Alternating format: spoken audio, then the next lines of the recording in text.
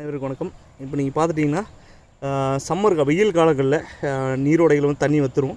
இந்த பாறை இடுக்குகள் வந்து தண்ணிகள் வந்து இருக்கும். இந்த பாறை இடுக்குகளுடைய தண்ணிகள் வந்து பார்த்திங்கன்னா ரொம்ப அசுத்தமாக இருக்கும். இந்த தண்ணியை எப்படி மலைவாழ் மக்கள் இயற்கை சார்ந்து இதை வந்து சுத்தப்படுத்தி குடிக்கிறாங்கன்னு சொல்லி இன்றைக்கி வந்து காட்ட போகிறாங்க. காடுகளில் சுண்டக்காய் செடின்னு சொல்லி ஒரு செடி இனம் இருக்குது. அந்த சுண்டக்காய் செடியை அதோடைய இலைகளை பொறித்து இந்த அசுத்தமாக இருக்கக்கூடிய தண்ணியில் போட்டால் என்ன நடக்குதுன்னு சொல்லி இப்போ உங்களுக்கு காட்ட போகிறோம். அந்த செடியை போடுங்க. இந்த செடியை போட்ட உடனே இந்த அசுத்தமான தண்ணியில் இருக்கக்கூடிய அந்த குப்பைகள் எல்லாமே விலகி போய் இந்த தண்ணி வந்து சுத்தமான தண்ணியாக இந்த செடி மூலிமா மாற்றப்படுது. இங்கே காடுகளை சார்ந்து இயற்கை சார்ந்து வாழக்கூடிய மக்கள் காடுகளில் தண்ணி வெயில் காலங்களில் தண்ணி இப்படி தான் சுத்தப்படுத்தி குடிக்கிறாங்க. அதுக்கு ஒரு எக்ஸாம்பிள் தான் அது.